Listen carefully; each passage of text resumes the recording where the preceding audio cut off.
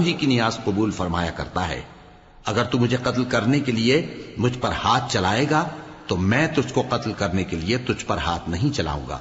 مجھے تو اللہ رب العالمین سے ڈر لگتا ہے۔ میں چاہتا ہوں کہ تو میرے گناہ کو بھی سمیٹ لے اور اپنے گناہ کو بھی، پھر تو اہل دوزخ میں سے ہو جائے، اور ظالموں کی یہی سزا ہے۔ آخر اس کے یعنی قابیل کے نفس نے اس کو اپنے بھائی کے قتل ہی کی ترغیب دی تو اس نے اسے قتل کر دیا، پھر خسارہ پانے والوں میں ہو گیا۔ اب اللہ نے ایک کوا بھیجا جو زمین کریدنے لگا تاکہ اسے دکھائے کہ اپنے بھائی کی لاش کو کیسے چھپائے۔ کہنے لگا، ہائے کمبختی، مجھ سے اتنا بھی نہ ہو سکا کہ اس کوے جیسا ہی ہوتا کہ اپنے بھائی کی لاش چھپا دیتا۔ پھر وہ پشیمان ہو گیا۔ اس قتل کی وجہ سے ہم نے بنی اسرائیل کے ذمے یہ بات لکھ دی کہ جو شخص کسی کو ناحق قتل کرے گا، یعنی بغیر اس کے کہ جان کا بدلہ لیا جائے یا ملک میں خرابی کرنے کی سزا دی جائے، تو اس نے گویا تمام انسانوں کو قتل کیا، اور جو ایک انسان کی جان بچا لے تو گویا اس نے سارے انسانوں کو زندگی دے دی۔ اور ان لوگوں کے پاس ہمارے پیغمبر روشن دلیلیں لا چکے، پھر اس کے بعد بھی ان میں بہت سے لوگ ملک میں زیادتیاں کرنے والے ہیں۔ جو لوگ اللہ اور اس کے رسول سے لڑائی کریں اور ملک میں فساد کرنے کو دوڑتے پھریں، ان کی یہی سزا ہے کہ بری طرح قتل کر دیے جائیں یا سولی چڑھا دیے جائیں، یا ان کے ایک ایک طرف کے ہاتھ اور ایک ایک طرف کے پاؤں کاٹ دیے جائیں، یا ملک سے غائب کر دیے جائیں۔ یہ تو دنیا میں ان کی رسوائی ہے، اور آخرت میں ان کے لیے بڑا بھاری عذاب تیار ہے۔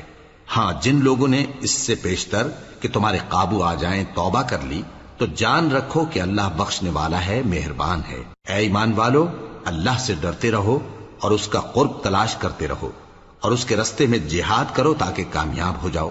جو لوگ کافر ہیں، اگر ان کے پاس روئے زمین کا سب مال و متاع ہو اور اس کے ساتھ اسی قدر اور بھی ہو تاکہ قیامت کے روز عذاب سے بچنے کا بدلہ دیں، تو ان سے قبول نہیں کیا جائے گا، اور ان کو درد دینے والا عذاب ہوگا۔ وہ چاہیں گے کہ آگ سے نکل جائیں مگر اس سے نہیں نکل سکیں گے، اور ان کے لیے ہمیشہ کا عذاب ہے۔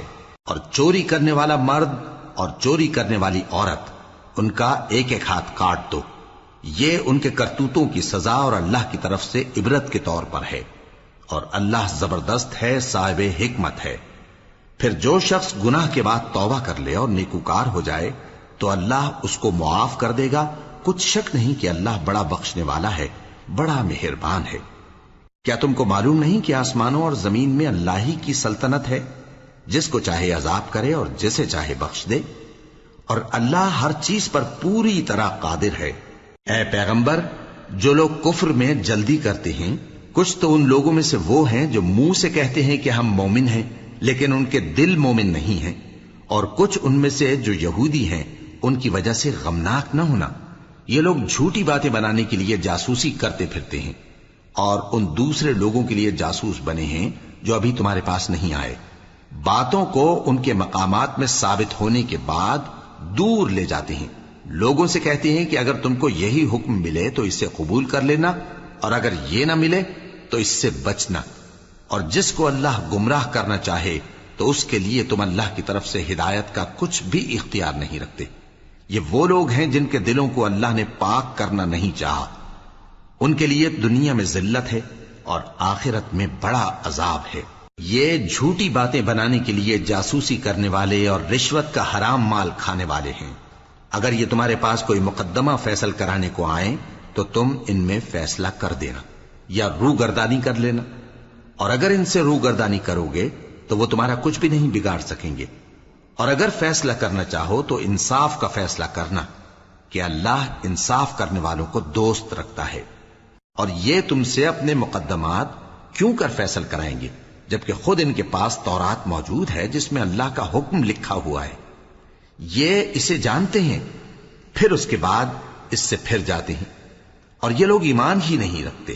بے شک ہم نے تورات نازل فرمائی جس میں ہدایت اور روشنی ہے، اسی کے مطابق انبیاء جو اللہ کے فرما بردار تھے یہودیوں کو حکم دیتے رہے ہیں، اور مشائخ اور علماء بھی، کیونکہ وہ اللہ کی کتاب کے نگہبان مقرر کیے گئے تھے اور اس پر گواہ تھے، یعنی حکم الہی کا یقین رکھتے تھے۔